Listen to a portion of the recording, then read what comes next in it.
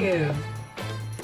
At my table, when I'm winding down at the end of a long day, They're ready for me, and I'm ready for them. celebrating friendship at weekend feasts, or making memories with family, the food I eat is vibrant and varied, but always relaxed.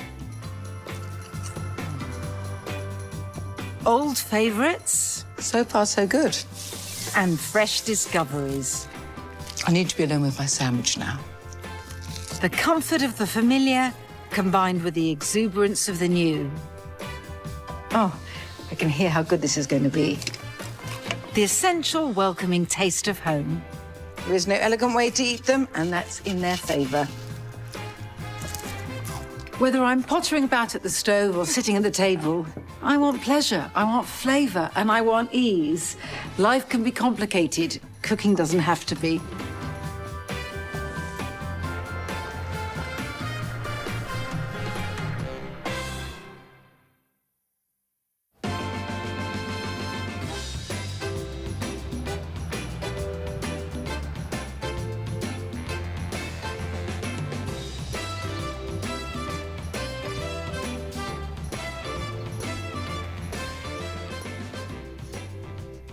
Any morning that starts off with my tomato and fried bread hash is a good one as far as I'm concerned. I've got a couple of slices cut from a bloomer here, which I am now just cutting into chunky cubes. I've got some olive oil in here. I mean, just regular olive oil, not extra virgin. I'm going to turn the bread in the pan a bit because what I want is for the cubes to become golden all over. Oh, and they will be so wonderful and resoundingly crunchy when they're done.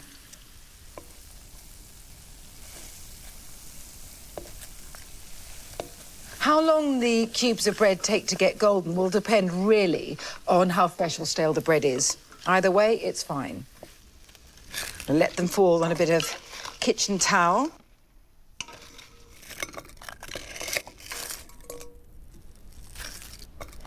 I'm going to leave the pan off the heat while I chop a banana shallot, my secret weapon, in the kitchen. Aiming for fine half moons, but knife skills I don't possess, so some will be fine, some a bit chunky.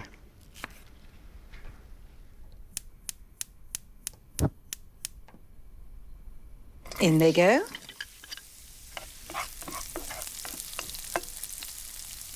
I'm going to sprinkle some salt over the shallots. I do this whenever I fry onions or shallots, when I don't want them to burn at all, because the salt makes the onions give out a little bit of water. I want them soft and golden, even a bit caramelised in places, but not burnt. Oh. And while those cook, I'm going to chop up a few tomatoes. When I was at university, fried bread with tin tomatoes was the Friday special in the college canteen. And while I love a fried slice, won't hear a word against it, I've always been a bit troubled by the pairing with tin tomatoes. So I go for fresh ones instead. And I completely forgot the garlic. How could I? Because I want the oomph from some minced garlic.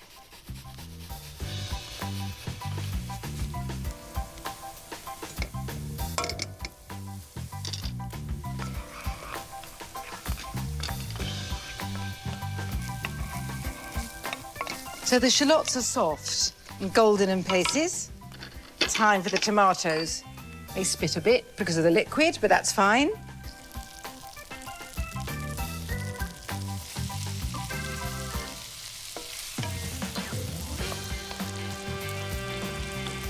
So, pepper, good grinding. Worcester sauce, a must. And I'm going to snip in some chives using my sewing scissors.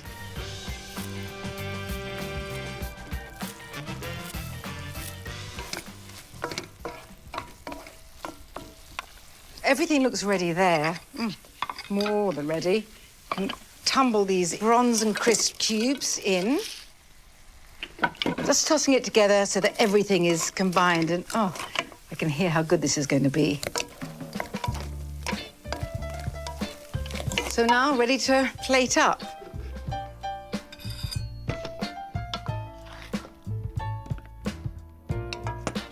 With slightly frenzied haste.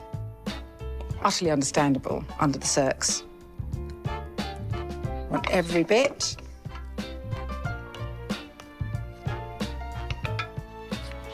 And a final sprinkling of chives. I mean, this is really excellent when you need to absorb excess alcohol. Obviously not the case now, which makes me realise why they had it in the college canteen.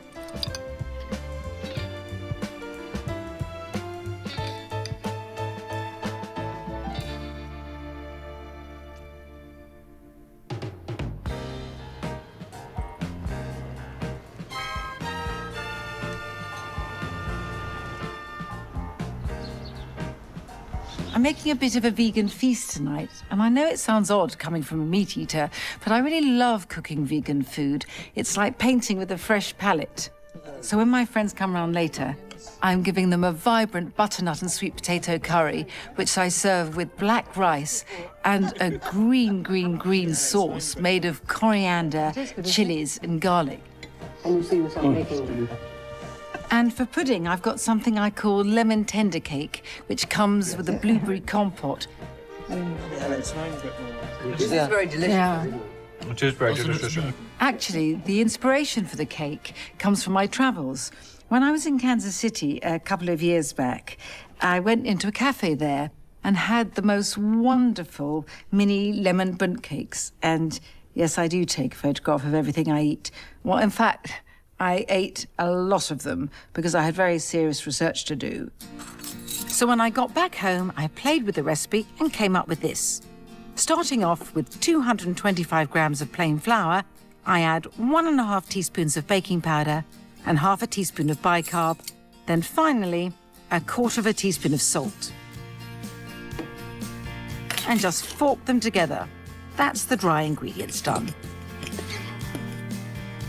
And now into a batter jug goes 275 grams of coconut milk. I spoon the thick bit out first, then pour in the liquid. To this, I add 150 grams of caster sugar. I now need 150 ml of vegetable oil and a teaspoon of vanilla extract.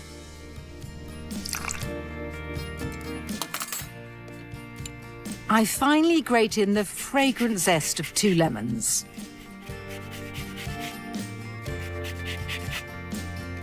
I also need 3 tablespoons of juice, which is about 1 lemon's worth. Then I just stir to mix.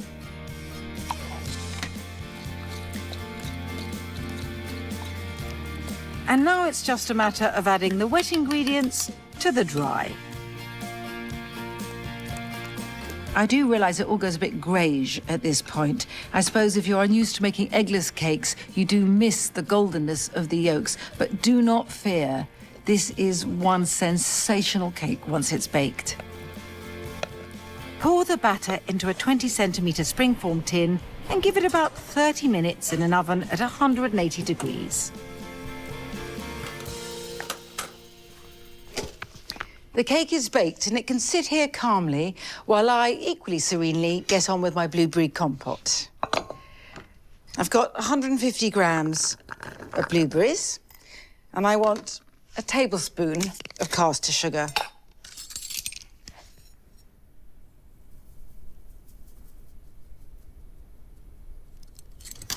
And now the same amount of lemon juice. Gonna have to hope I don't get pips when I do this. Just I'm squeezing straight onto the spoon. My lucky day.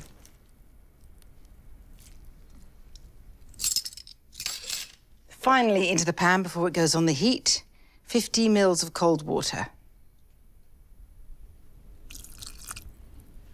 Let's give it a bit of a swirl to let the sugar dissolve.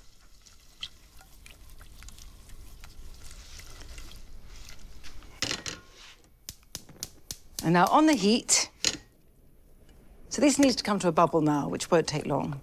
And these garnet glossy juices need to be thickened And for that, I need some corn flour. A small amount, just a teaspoon and a half.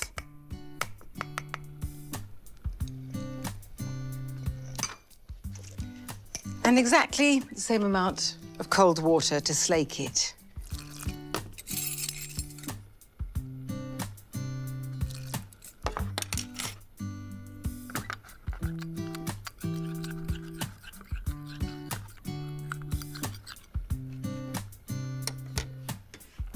The blueberries have started to soften now, so I don't need to cook them any further. I just need to thicken them, adding my corn flour and water. This will take the barest moment.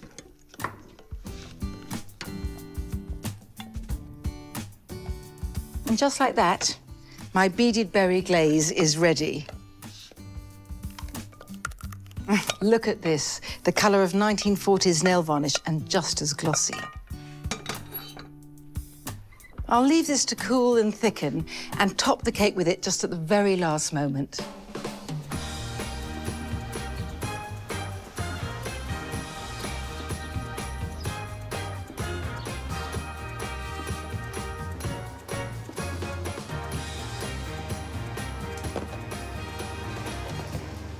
I need some bits and pieces for my curry tonight, and this being a butternut and sweet potato curry, there are no prizes for guessing what I'm going to get. So let's slice butternut, sweet potato, I get another one.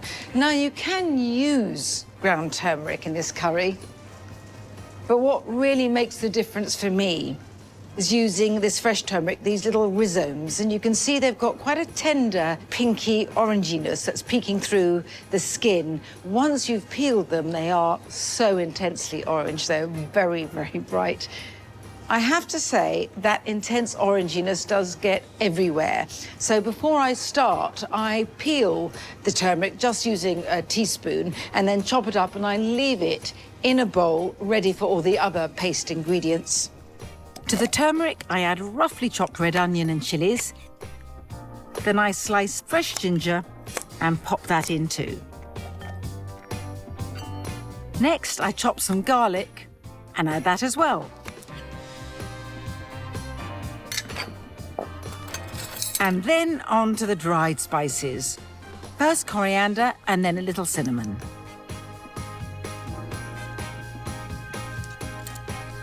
Finally, I sprinkle in sea salt, and all that remains for me to do is blitz everything together.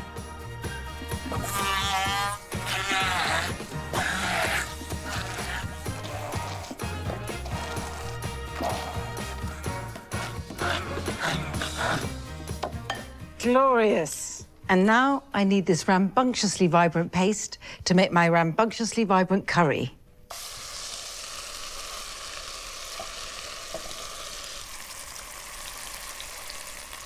Now, whenever you cook with turmeric, you must never use a wooden spoon unless you don't mind it getting stained. And here's one I stained earlier. In fact, I've stained quite a few in my time. I just want to cook the paste just a teeny bit, let it soften. Well, no more than that.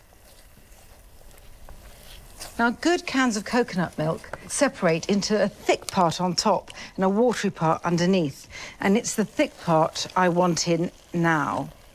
And the rich creaminess of the coconut milk is so wonderful against the fierceness of onion and chili, garlic and turmeric. Cooking, like the rest of life, is all about balance. On that note, I'm going to add the rest of the coconut milk. And you can see it is quite watery. And now some vegetable stock, and that's to say hot water and vegetable stock granules. Just to thin it a bit. The coconut milk, the butternut squash and the sweet potatoes are sweet. And I want to add a note of acidity with these canned tomatoes.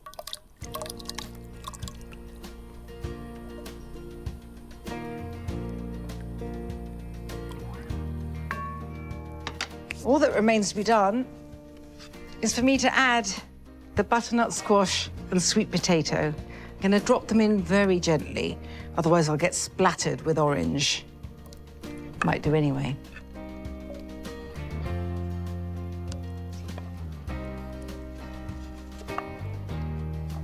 And while caution was a wise plan, my impatience is getting the better of me, and I'm just going to add the rest now.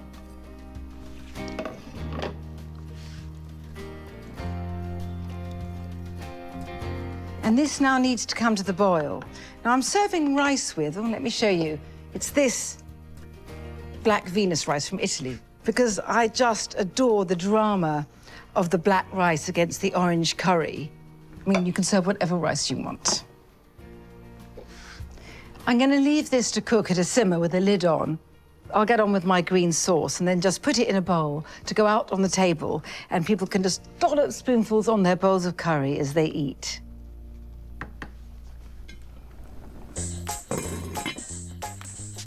To make this coriander and jalapeno salsa, I tear up an entire bunch of coriander. I want the stalks as well. Then I add roughly chopped fresh green jalapeno peppers.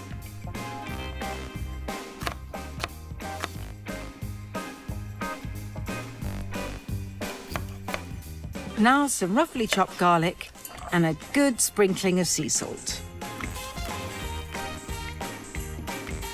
I pour over vegetable oil, then finely grate a couple of limes.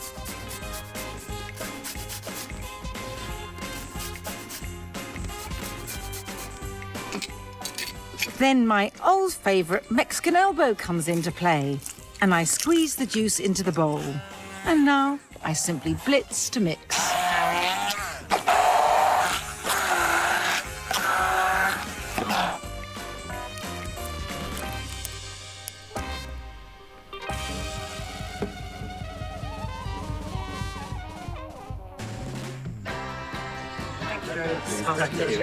Hello.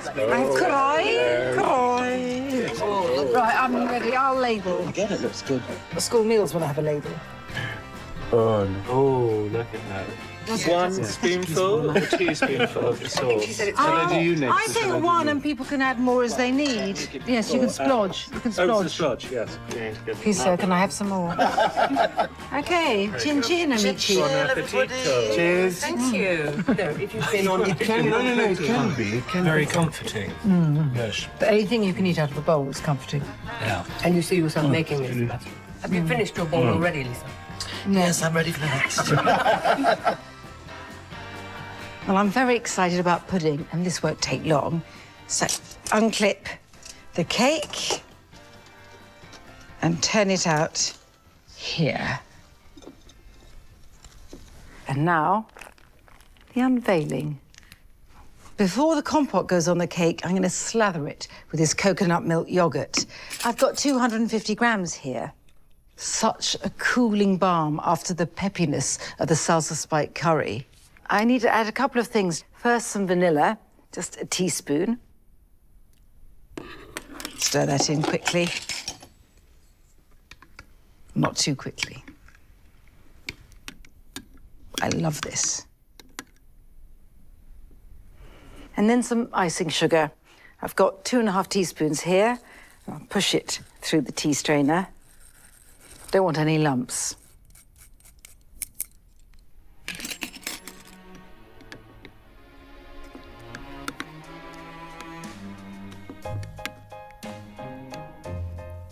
And now I shall spoon the sweetly vanilla-scented coconut milk yogurt over the upended cake.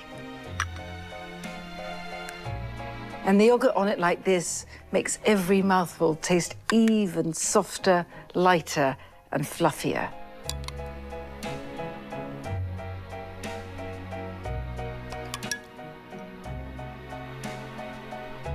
If any yogurt starts to creep down the side of the cake, don't worry about it. I mean, I think it looks rather charming. And now my compote. I'm going to thrash it a bit with a fork just to help it spread on.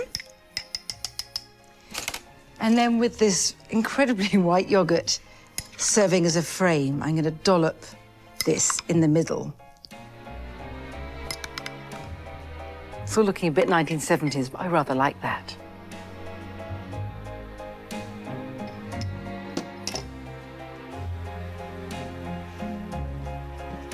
Okay. Do you want to come give me down your... as well. Thank you very much. tea. That's all, I just do it. No, that looks Yeah. delicious. Thank you, everyone's ignoring me. I'm not. I'm already passing my plate down. Yes, of course you In are. anticipation. But also, yes. So this is, Maria is obviously what is it? always What is first. It's always The first. pudding is Well, I my might not favourite. tell you. I might leave that as a bit of a secret. Is that one of the small or the big slats? I don't know. The first one is really difficult to tell, isn't it? First cut is the deepest. Oh, beautifully done. Right. No egg. Oh my God. That's a good spoonful. Yes, I'm being cut to walk down to your faces. Well, you're... I thought. This is very delicious, Yeah. though, isn't it? Which is very delicious. And as you know, I'm not a pudding person. This pudding's my absolute favourite. You're I could identifying the That's all she flavours. really wants to eat. That's all I want to eat.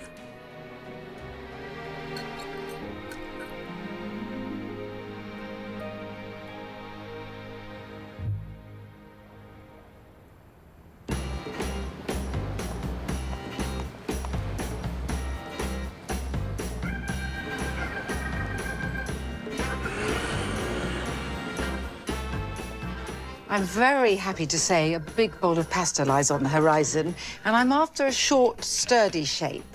Now, these I love. I have to have these at home. They're called radiatori. Why anyone had the idea to make a pasta shape modelled on a radiator, I don't know, but it works really well. Now, these, I had to get these. I was rather entranced by them, but I haven't used them yet. They're called fidanzati capresi. Fidanzati means like, you know, fiancés, engaged couple from Capri. Look, you can see they're lovingly entwined. And talking of family relations in pasta and entwined, I'm going to get these gemelli.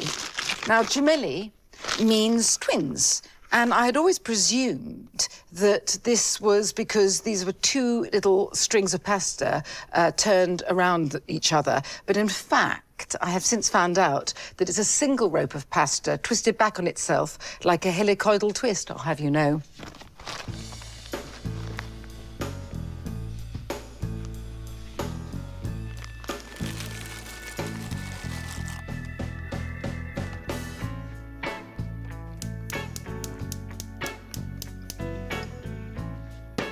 Right, the gemelli are in. I'll get started with the sauce. It's a sauce of anchovies, tomato and mascarpone, and it is full of zesty flavour.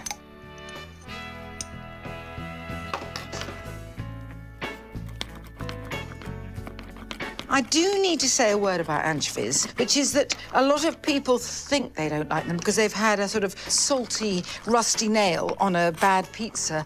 But in fact, think of anchovies as the bacon of the sea. They give depth and a wonderful, savoury intensity. So let's just get this off the mezzaluna. Pretty much a mush, because the idea is for them almost to melt into the oil.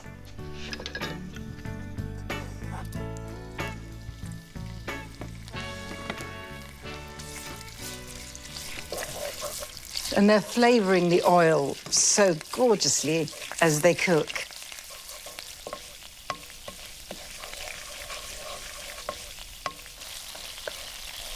The anchovies are pretty well dissolved in the oil, so now a bit more pep and brio. Fat clove of garlic first.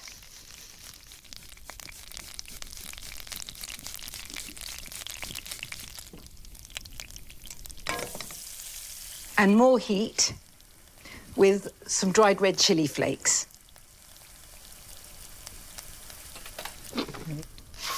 A semi-stir, and then some cherry tomatoes. I just halve them across the equator.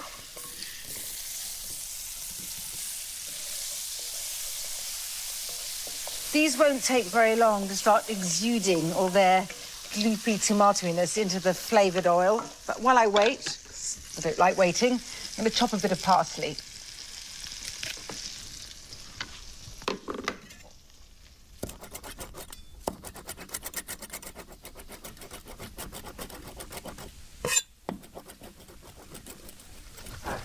Right, let's see how these little tomatoes are doing.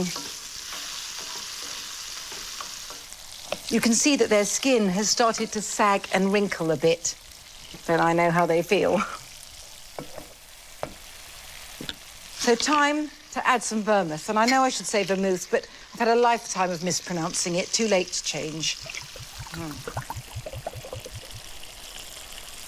So cheering when it starts bubbling up. And you can see that the tomatoes, aided and abetted by the chili flakes, have turned the liquid a vibrant orange. And it's the insides of the tomatoes that will thicken this, as well as a bit of bubbling away.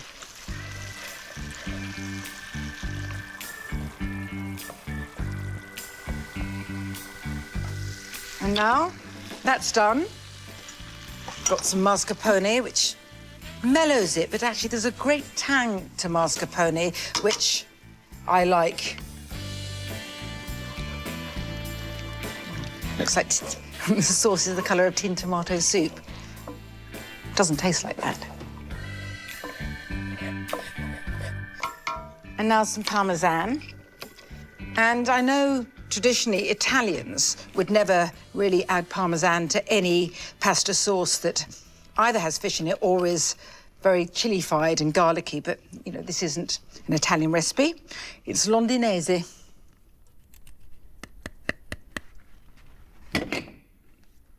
Now I just need a sprinkle of parsley.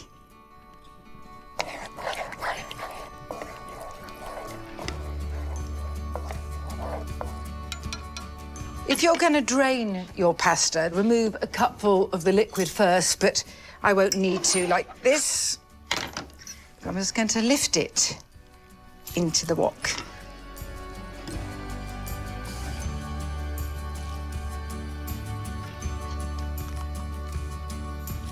You can see how the gemelli have swollen. They look so teeny before.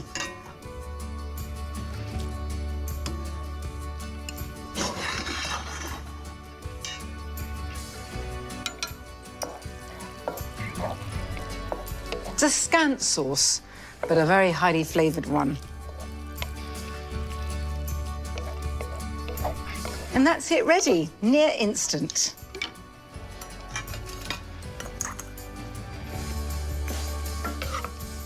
Oh, I love its salty, creamy tanginess. Inside, I'm telling myself to stop, but I'm ignoring that direction.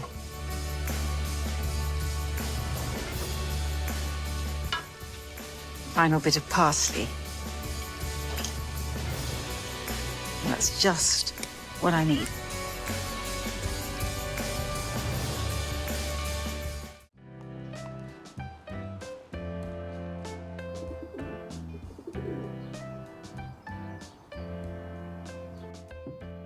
I make French toast so often. I make cinnamon French toast, I make orange French toast, I make French toast with plums, but up till recently, all my variations on a theme have been sweet, and I really felt the need for a savoury version.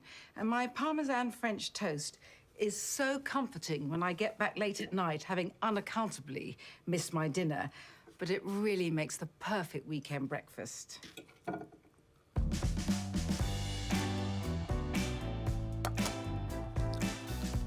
I need just a handful of ingredients for this. And this being Parmesan French toast, that's the next ingredient. Very finely grated so that the bread can absorb it. I want a bit of heat. Paprika gives me sweet heat. Sometimes I need a bit more fire, and then I go for the cayenne. And this brings its glorious colour as well. And I want tang first from some Worcester sauce, and then from some Dijon. And the mustard gives a much more intense savouriness. And I need this to be a bit runnier so that it's easier for the bread to absorb. That means a little bit of milk. I'm going to whisk it together.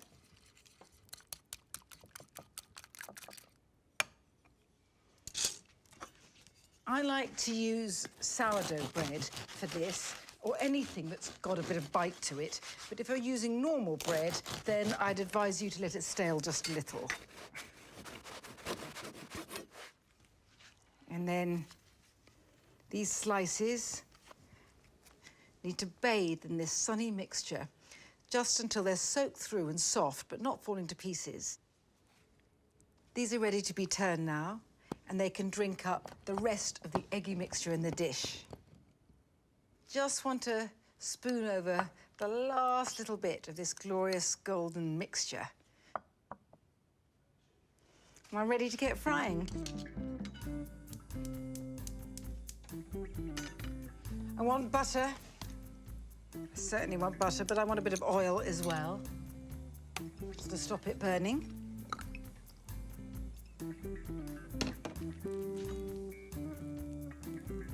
That's bubbling away cheerfully, so I will lower in the Parmesan soaked bread. I favour a pair of implements when cooking.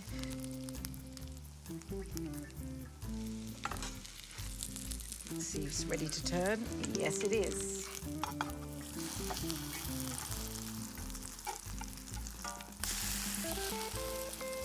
And while they cook on this side, I'm going to get my plate. Not that I'm impatient or anything.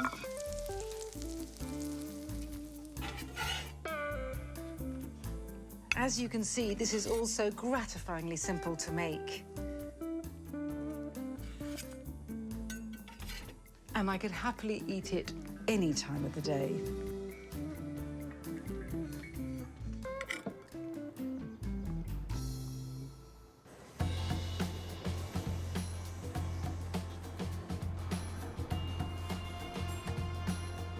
I'm always happy to eat my way to inspiration.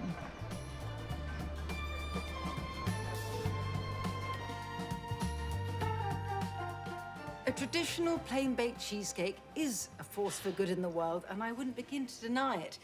In fact, I can feel the weight of disapproval of several generations of Eastern European antecedents over the fact I have been making a cheesecake that is not baked, just left to set in the fridge, and moreover, it's got white chocolate in it, but I am neither repentant nor defensive, and why should I be when my white chocolate cheesecake is just that good?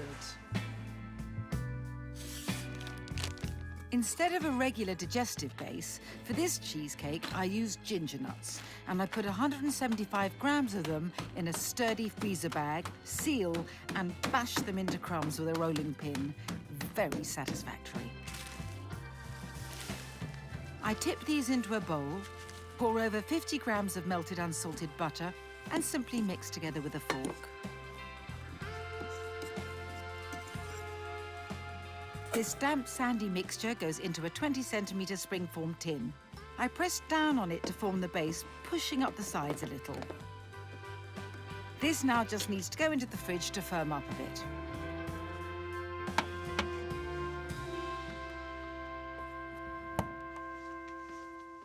So the base is done, and I'm going to get on with the filling, which starts with some cream cheese. I am going to be quite strict about this, which is the cream cheese must be full fat, and it must be at room temperature. If you disobey on either count, you just won't get the requisite tongue-kissingly smooth texture. And that would be too much of a disappointment for any of us to bear. Now, I've got 200 grams of white chocolate that I've melted, and I just let it stand a bit so that it's cooler, but you can see it's still liquid. And this is white chocolate made for cooking with because it melts more easily. You can see it's flecked with vanilla. I'm going to give a gentle fold.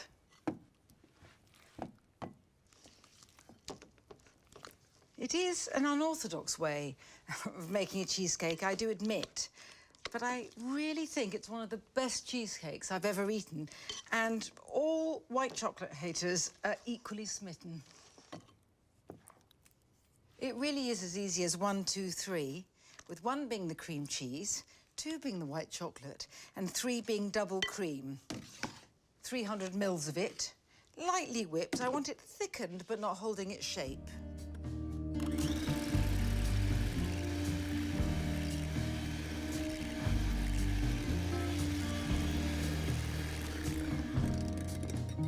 That's perfect.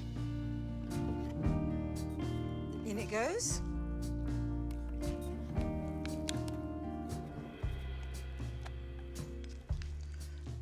And a gentle fold yet again. Nothing very strenuous here. Now, I could stop there, but I won't. There's vanilla in the white chocolate as it is, but it's been blanketed somewhat by the double cream, so I'm going to add a little more, just a teaspoon. And although there is already a bit of tang from the cream cheese, I really think you need sharpness in a cheesecake. So I've got lemon juice, again, just a teaspoon.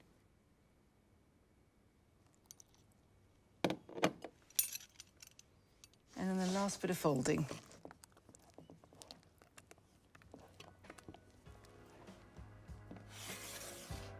And the gingery base is ready. I'm going to softly dollop the white chocolate cheesecake filling on top.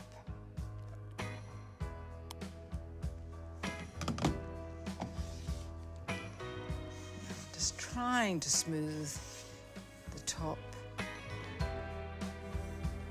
And that's about as smooth as someone as clumsy and as impatient as me is going to get it. So this needs to set in the fridge. Now, I do love this plain and unadorned, but it is utterly gorgeous, sprinkled with tender green nibbed or else chopped pistachios.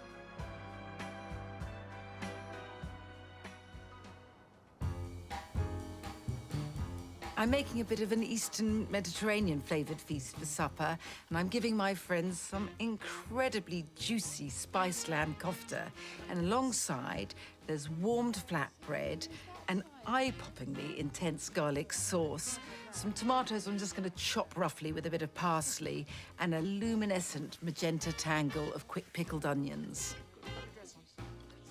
Pudding is a joyous creation. It's my rose and pepper pavlova with strawberries. And it does sound quite exotic, but actually the influence for it comes slightly closer to home. Indeed, the inspiration comes from my maternal grandfather, Felix. Look, here he is, very fresh-faced. Just as fresh-faced on his wedding day to my granny Rosemary.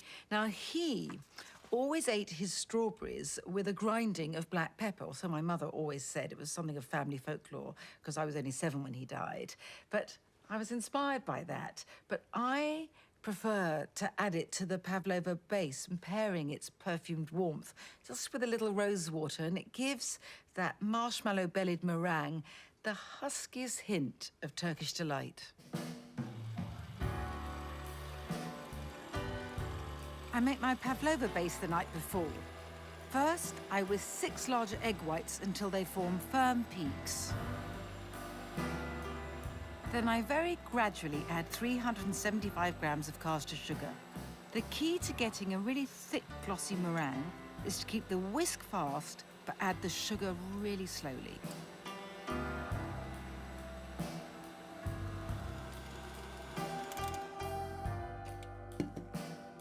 Once all the sugar's in and incorporated, I sprinkle over 2½ teaspoons of corn flour, 1/4 teaspoon of ready ground black pepper, the sort that comes in tubs, you know, school pepper. Then I add 2 teaspoons of white wine vinegar. Finally, and fragrantly, 1/2 teaspoon of rose water. And I gently fold in everything by hand. I draw a circle of roughly 22 centimetres onto a sheet of baking parchment. This is just to guide me as I dollop out the meringue.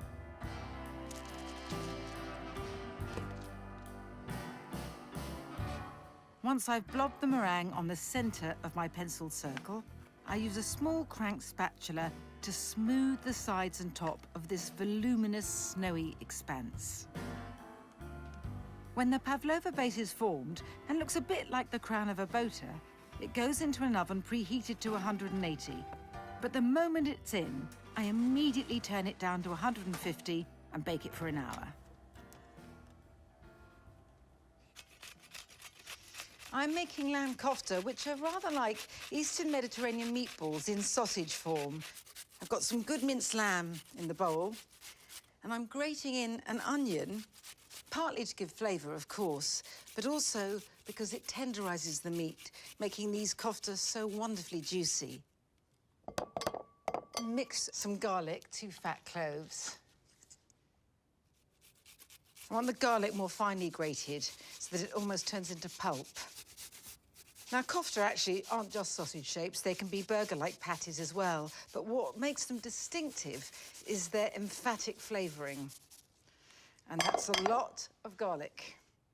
Next, some earthy cumin and coriander.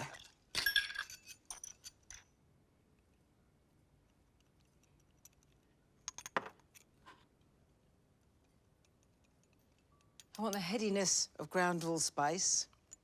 It is very intense, so not too much. And a favourite of mine in the kitchen, unashamedly so, some school pepper, that's to say ready ground white pepper. And this gives the heat of chilli, but with so much more flavour. Salt, of course. But it's the generous amount of fresh herbs that give the kofta so much exuberance. A herbal hit of parsley and fresh mint. And get chopping. They don't have to be chopped too finely.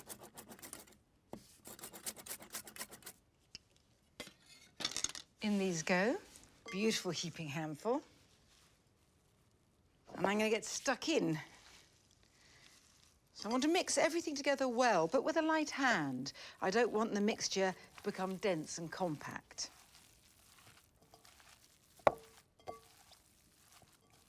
Ah, I should have thought about doing this before I got my hands into the kofta mixture, but I want a dish to put them in. OK, and now rollin', rollin', rollin'. This is how I make them. I just pinch out a bit, a decent bit, give it a squelch in my hands briefly, and then roll to a sausage shape. Then roll again at the ends to taper them. So I've got a little zeppelin. And then when it goes in the dish, I just want to flatten it a bit because it'll make it easier to cook. Traditionally, kofta are formed into sausages around a skewer and then cooked over flames. But I so rarely used my barbecue, I just cooked these in a frying pan instead. These need to sit in the fridge to firm up for a short bit. And then while they're there, I can dekofta my hands and get on with my garlic sauce. I say sauce, but all that's involved is a little grating and stirring. To a bowl of Greek yogurt, I add a generous sprinkling of sea salt flakes. Then I mince in a lot of garlic. This sauce is heady stuff.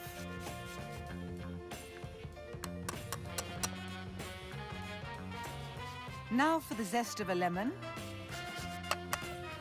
followed by its juice. Finally, some beautifully pungent dried mint, and just stir to combine.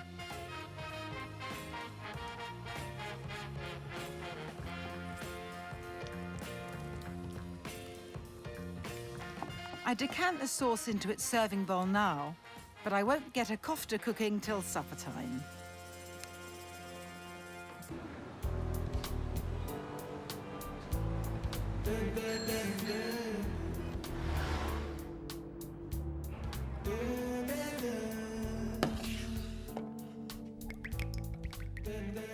All I do is fry these zeppelin-shaped patties in olive oil over highish heat. I give them 5 minutes or so aside.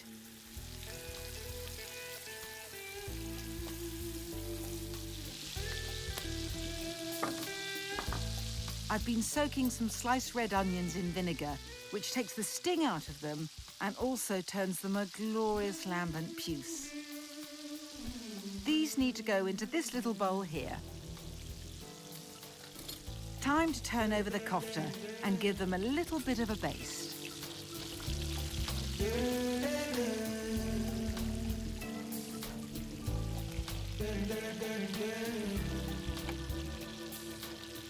I've already got some warm flatbreads out on the table, along with my sauce, some roughly chopped tomatoes with parsley, and some shredded iceberg. Now the kofta and I can join them.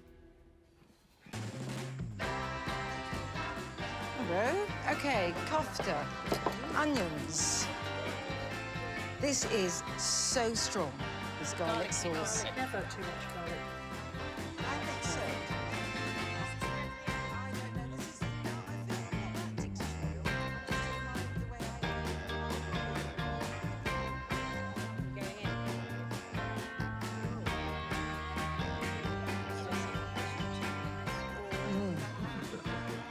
time to put the finishing touches to pudding. My pave base is completely cold now, which is just as well, because it's time to get on with the strawberry topping. Now, I've cut these strawberries into 3 from top to bottom, so you can still see their rather beautiful shape. There's 300 grams there. And although I often make a passion fruit pavlova, and it's one of my favourites, and I love the crunchiness of the seeds then, for this pav, I'm just using the juice. It not only heightens the flavour of the strawberries, much as using balsamic vinegar does, but it also brings that sour, sweet fragrance of its own. And last bit of ritual disemboweling coming up.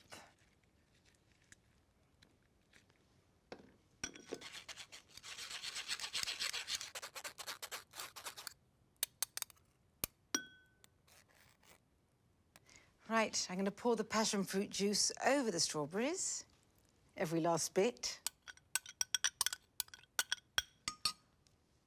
Just 2 teaspoons of caster sugar.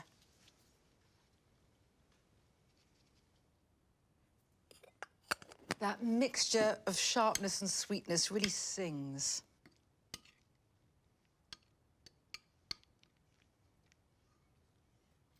Right, I'm going to leave these to macerate while I whip the cream.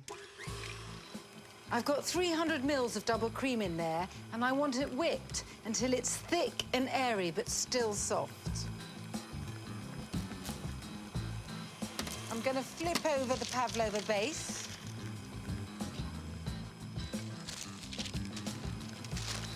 Et voila! Because, as ever, it's this wonderful, tender, marshmallowy side that I want hitting the cream when it goes on.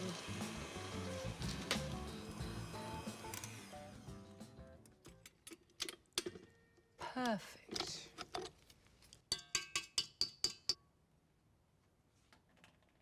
So I want a swirling mound, and don't ever worry about some cracks and splinters in the pav base.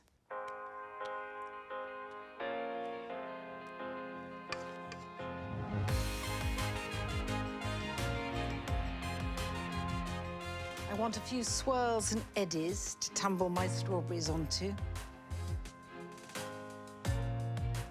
And here are the strawberries now. You can see what the passion fruit juice has done. They're slick scarlet and glossy. Spoon these over.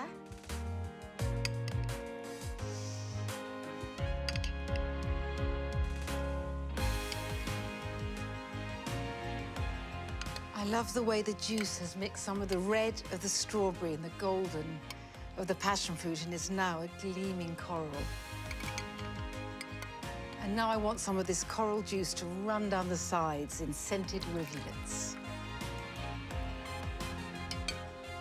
I could fall headlong into this so happily, but better not.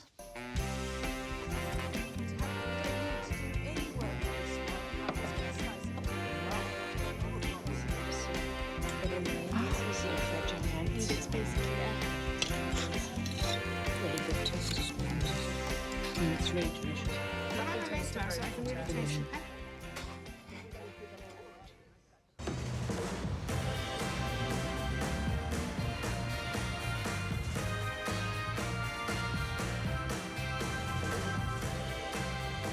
Some evenings, I just want to savor something simple, special, and in a bowl. Right, I'm gloving up to make my golden egg curry. It gets its goldenness from this turmeric.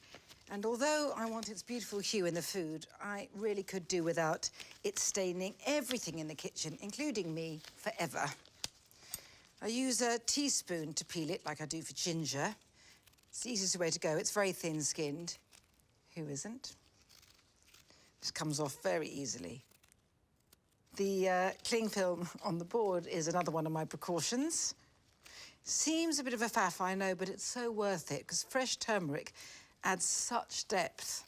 I mean, of course, you can use a teaspoon of ground turmeric, so don't worry. I'm going to just chop it roughly. And this is ingredient numero uno for the curry paste, which I'm going to make in here. And in it goes. And now I can deglove and get on with the rest of the paste. Fair amount of chopping has taken place. I've got some garlic and some regular green chilies. I've de-seeded them, and I've left these teeny little green finger chilies with the seeds in. They are very hot, but I'm trying to modulate the heat in this fashion. A lot of warmth, some ginger, and a lot of shallots. In everything goes. And now I'm going to blitz them to a paste.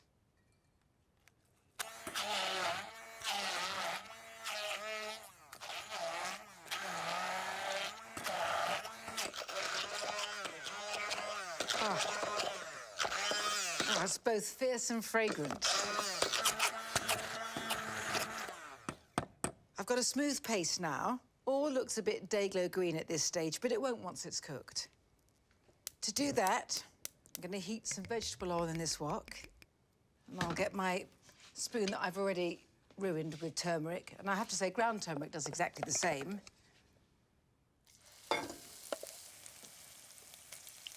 I'm just going to fry this until it softens. Think eggs poached in a rich, aromatic, tamarind-sharp, coconutty soup. Absolutely gorgeous. Oh, nearly forgot my lemongrass.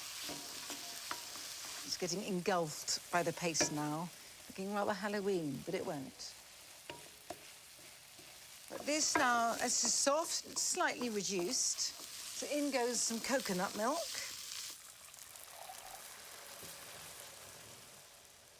And some tamarind, and the sharpness is so crucial here.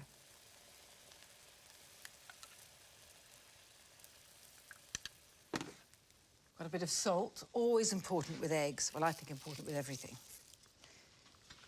Just a bit of water from this recently boiled kettle.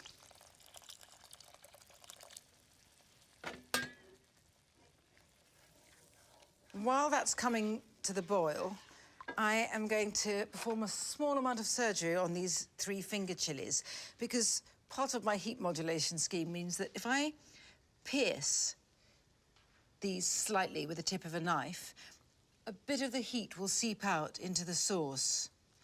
If you want it milder, don't pierce them. If you want it much milder, don't add them. And however hot you think you like your food, don't eat them. The currency of recipes is such a valuable one to me, and I was given this recipe by a Malaysian friend. I'm going to hope my Malaysian is okay here, because I think it's called masak lemak telur. Now, this is lusciously thick and still bubbling. So, in goes the egg. So you can hear the curry sauce is impatient for it. On goes the lid. I have to say, I often make a huge batch of this sauce in advance and freeze it or put it in the fridge in portions, so I can have the golden egg curry at a moment's notice. Yes, that is just how I like the egg. So the white's cooked, but the yolk looks like it's going to be fabulously runny.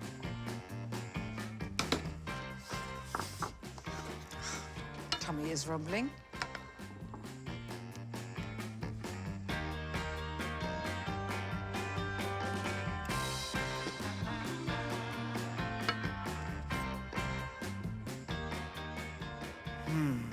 I might give it a little bit of chilli, try not to bite on it.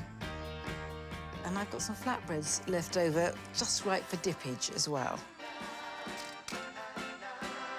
Right, I'm going in.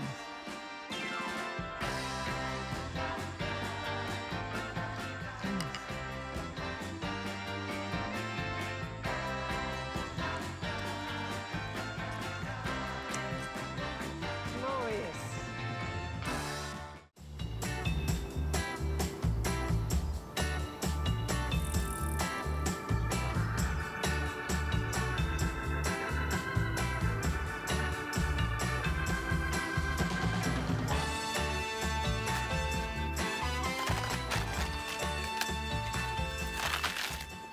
Bitter radicchio, salty blue cheese, sweet chestnuts. This is an essentially wintry salad that I eat very happily all the year round.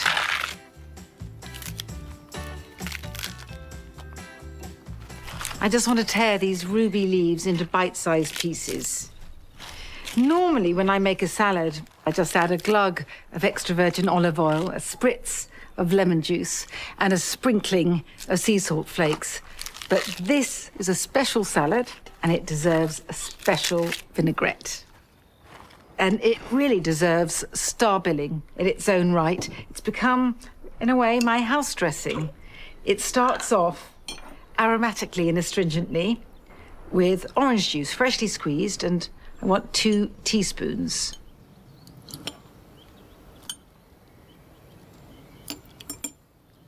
And after that, the same amount of lime juice. I'm giving you the measurements because it's actually very helpful to know the ratio.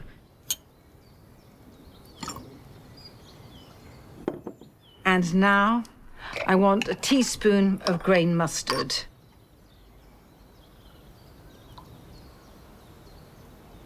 And a teaspoon of honey.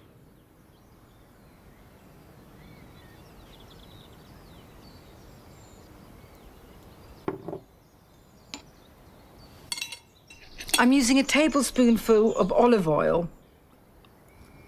Just ordinary olive oil, not extra virgin. I'm not using extra virgin because I want a teeny drop of toasted sesame oil. It's got such a strong, nutty flavour, it really wouldn't be worth using extra virgin olive oil. Teeny pinch of salt, because remember the blue cheese is salty. And now, a bit of a shake. And before I do anything else, I'm going to dress the salad just as it is. It may not look like a lot of dressing, but the trick is to toss it patiently. Take your time. And in fact, often when I'm a bit impatient and go too fast, I add too much dressing and end up with an overdressed salad.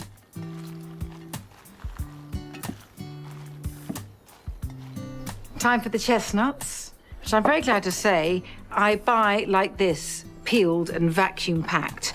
I don't cook them myself and peel them very painfully, like my mother always did, and very bad-temperedly too. Just crumble them in. Such an underused ingredient. This salad is also very good with walnuts in place of them. Ah, but nothing can substitute for the blue cheese. It doesn't really matter what blue cheese you use as long as it's sharp and crumbly rather than too creamy. This is Gorgonzola, a real treat. And normally, I wouldn't condone putting cheese like this in the fridge, but it has to be cold or I wouldn't be able to crumble it. Right. I'm going to toss this together again.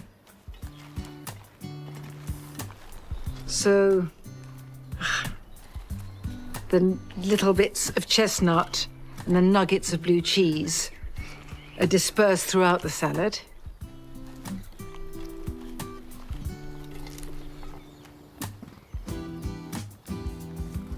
I make this an awful lot when I have people over, but I have to say, as a solo treat, it is unparalleled.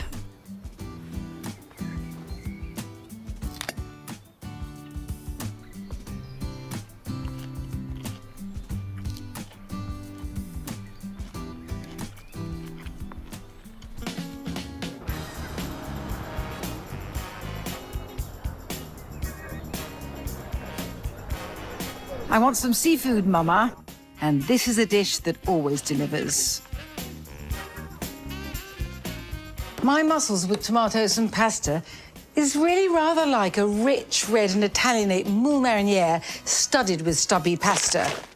I like to use ditalini or ditaloni. You can use macaroni, I won't punish you for it, but there's something fantastic about this shape with the mussels. They're sturdy, but they're small. Just want to warm some oil, just regular olive oil. And slice these cherry tomatoes across the equator.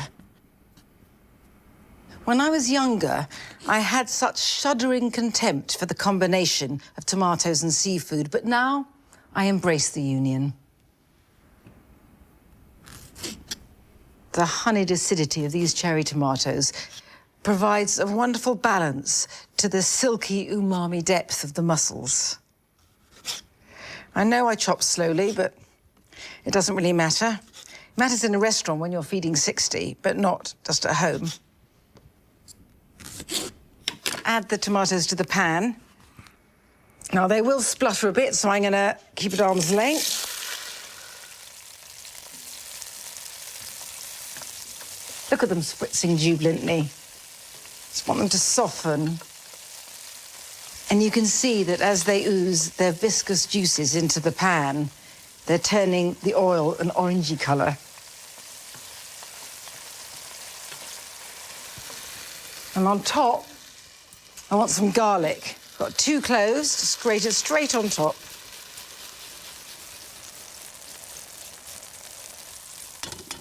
And the reason why I cook the tomatoes first a bit is that I don't want the garlic to burn and get bitter. I want sweetness as well as heat. And next, some chili flakes, bought from Milan Airport. I know this is unconventional. Well, it's just because I wear contact lenses and it'll be agony tonight if I use my hands. A little bit of salt, not too much, because the mussels bring the salinity of the sea themselves.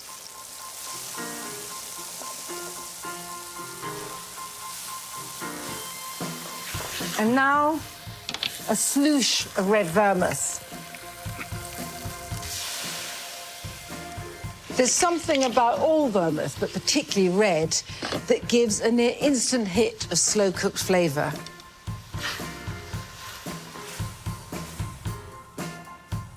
This can bubble up a bit just while I get the mussels.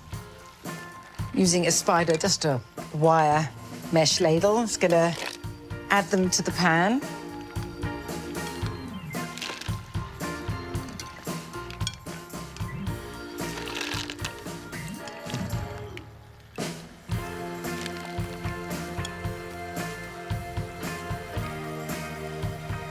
Now the mussels can steam in all that wonderful aromatic liquid.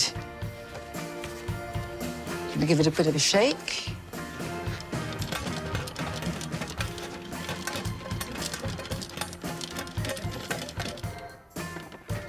And then, while I wait for them, I'll chop some parsley, just roughly chopped.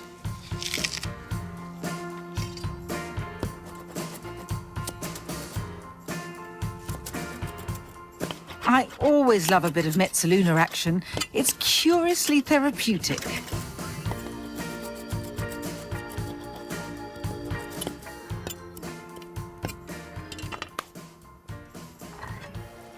Perfect. The mussels are cooked and looking like baby birds with their beaks open. And actually, the pasta, yeah, it is. It's could do with another minute, which is what it's going to get. So in it goes directly. The pasta, even though the heat is now off, will carry on cooking and drinking up the winey, briny juices. The starch from the pasta water thickens the liquid.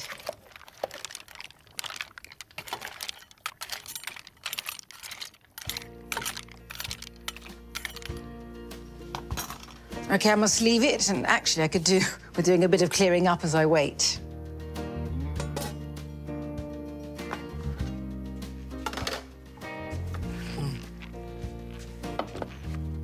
And that looks just lovely. I like it when the bits of pasta nestle inside the shells.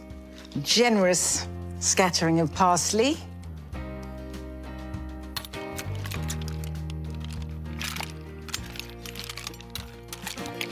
Now, obviously, you can eat this however you want, but the way I think is best is first to eat these golden mussels and then slurp up the sauce-soused pasta.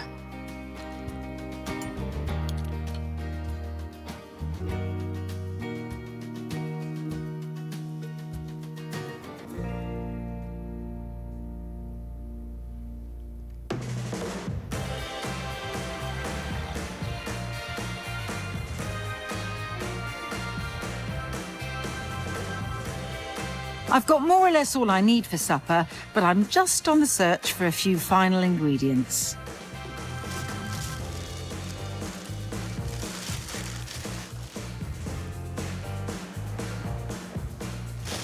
When I come to a place like this, I really have to try and practice uncharacteristic restraint because I always end up wanting one of everything in the shop.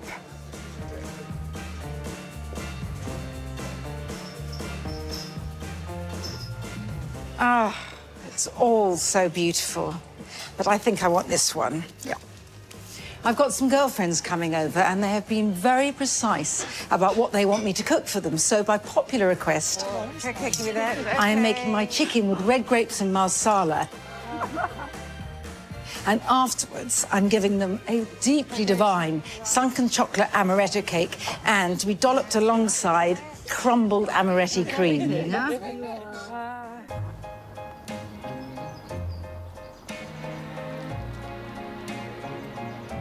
I need to get on with the cake ahead of time.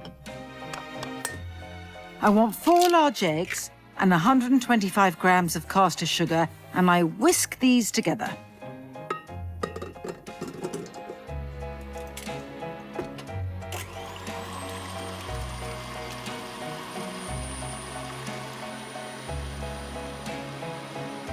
This is a flourless cake made with ground almonds. I need 75 grams. And then 2 tablespoons of cocoa. I just fork to mix.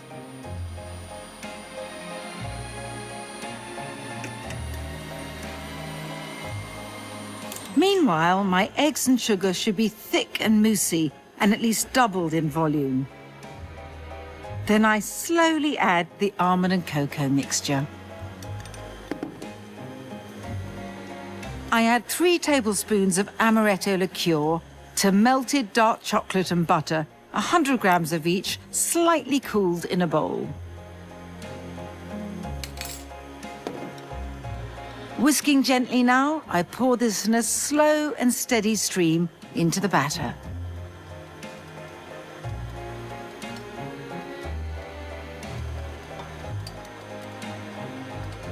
The combination of ground almonds and amaretto give this rich chocolate cake a marzipan-y depth.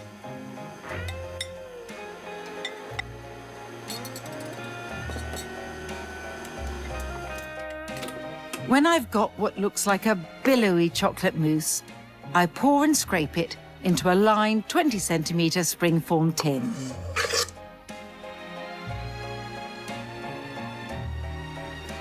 This needs 20 to 25 minutes in an oven preheated to 180 degrees.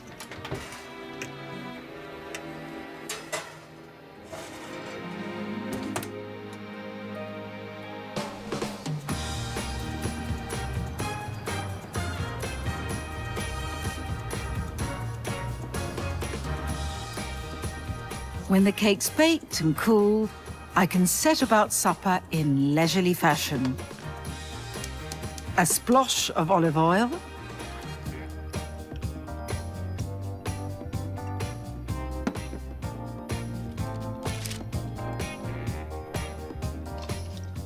full of mellow fruitfulness, the oaky richness of marsala and the sweet-smelling woodsiness of thyme. My chicken with red grapes manages that rare and wonderful thing, which is to be elegant and cosy at the same time, which makes it just right when the nights are drawing in. The chicken I'm using are supremes, and a supreme is the skin on chicken breast with the peg bone still attached. And that bone makes the chicken so much juicier and gives a lot of flavour. I'm going to leave these here just for a short while to help the skin get a bit golden, and I am going to get on with the sauce. It's not very labour-intensive. I've got some chicken stock there, and I'm adding some marsala, gloriously amber-coloured. And it's got an almost caramelly smokiness. And into that, I want some wine-tangy Dijon mustard.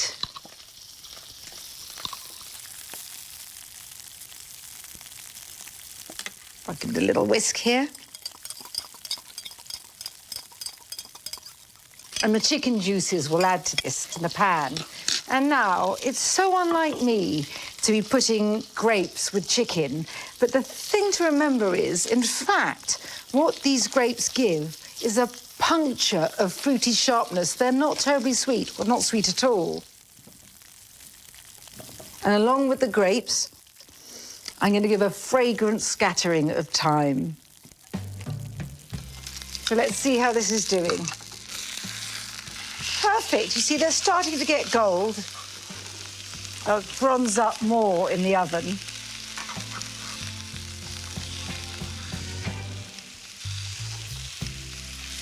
And now, these golden juices. I'm going to wait till the liquid comes to a bit of a bubble. And once the grapes and thyme are in, this just needs to go into a hot oven for about 20 minutes. And the chicken will be juicy and cooked and the skin bronzed and crisp. And we're off.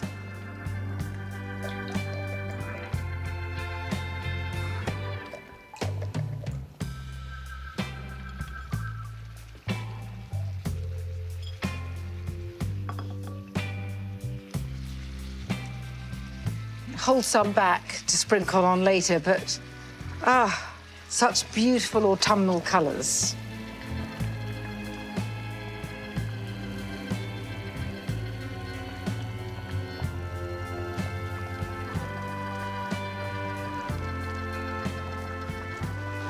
Beautiful.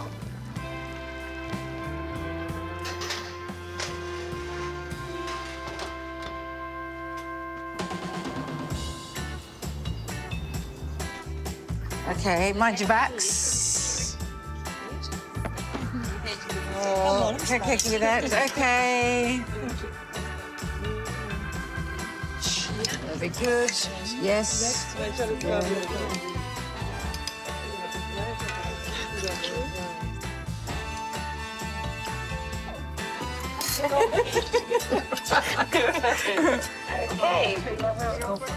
Hang on, look like you're thrilled to be here. I'm going to dunk some bread in. I highly recommend it. No, you know what? I'm going to do a bit of a dippage. Yeah. Oh, yeah. It's good. It's good. It's really good.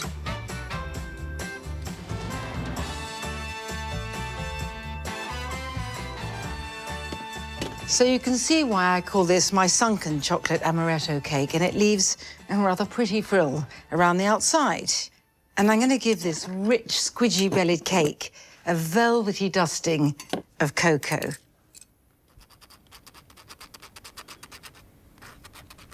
I want it thickly covered, like a bitter chocolate truffle.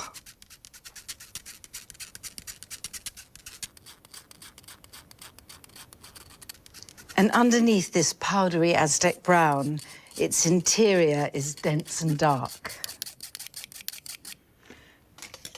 Now, actually, this cake is a twofold pleasure, because with it comes my amaretti cream. I've got 250 mils of double cream here, and I'm going to add a slug of amber amaretto liqueur, answering the sweet song of the cake. I'm going to whip this until it's thickened but still soft and floppy.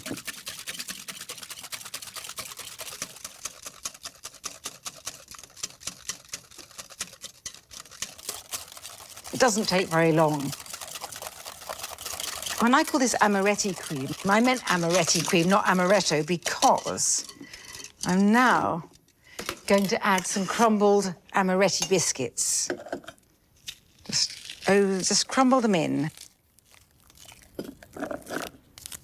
Like the cake, they seem to have that balance of bitterness and marzipan-y sweetness. Fold these in, and the cream will thicken a bit more as I fold. They add an almost honeycomb crunch to the smoothness of the soft cream. And that's exactly right. I'm going to fill up an old favourite of mine.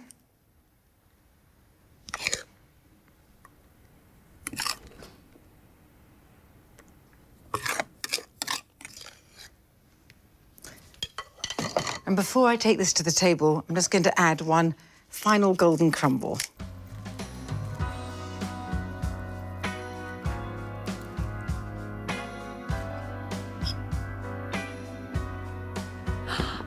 Right. That's the sound I want to hear.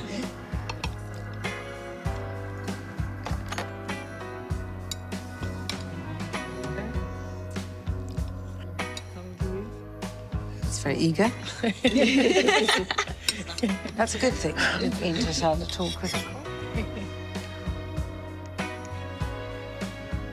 Oh, you're putting it on top. That's radical. It's beautiful. That's it. Yeah, I think Claire's got a future as everything, huh? Do you know where you're going to put them now? Oh, Yeah, go on. One on top, I want one on top. Come on. Yeah. Brilliant. Very good. Excellent. First, I'm getting, I don't know what I'm doing. I'm getting so excited. I like green. yeah, they're cream. It's lovely, isn't it? Yeah. I think the cream really makes it. Yeah. I mean, I love cake, but I think it's with the cream that Could you make an amaretto ice cream? we can make anything we want. Yeah, with the crust.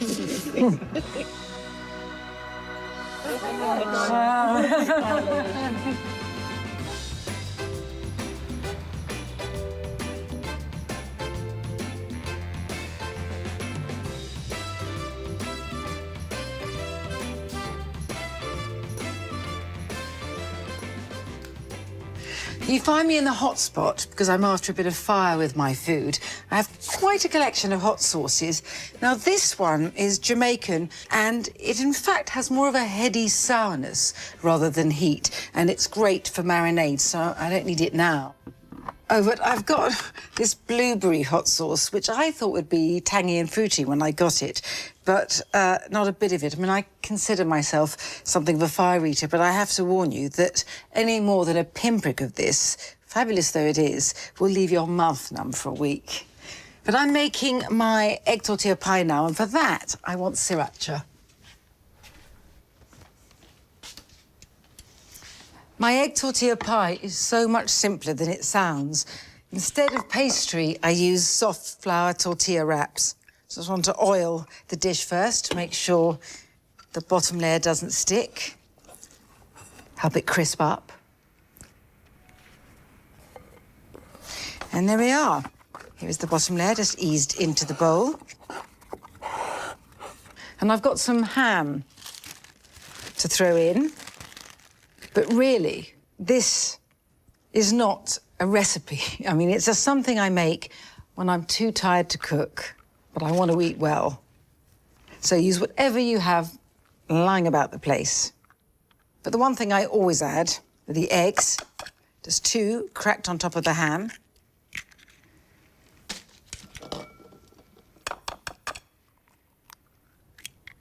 I'm adding cheese to this, so I don't want too much salt, but I cannot eat eggs unless there's salt on the yolks. And now the cheese, again, any hard cheese you've got. But I've got some palate-burningly strong cheddar here.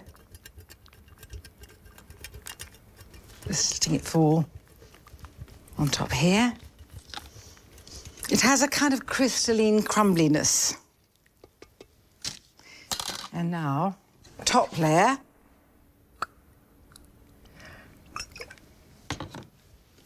This makes me feel very, very artistic. Just brushing on to make it nice and crisp when it goes in the oven. So the roof goes on.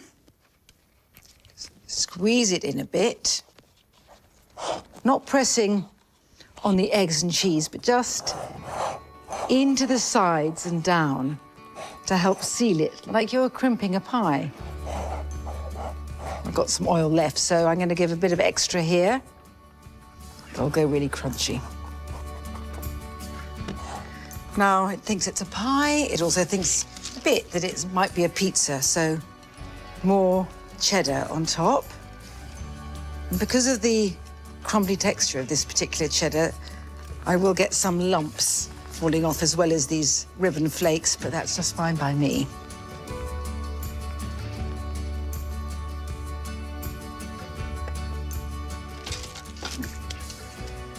Bit more artistry coming up. The all-important hot sauce. Jackson Pollock it in. Well, that wasn't exactly work, and now all it needs is about 15 minutes in a hot oven.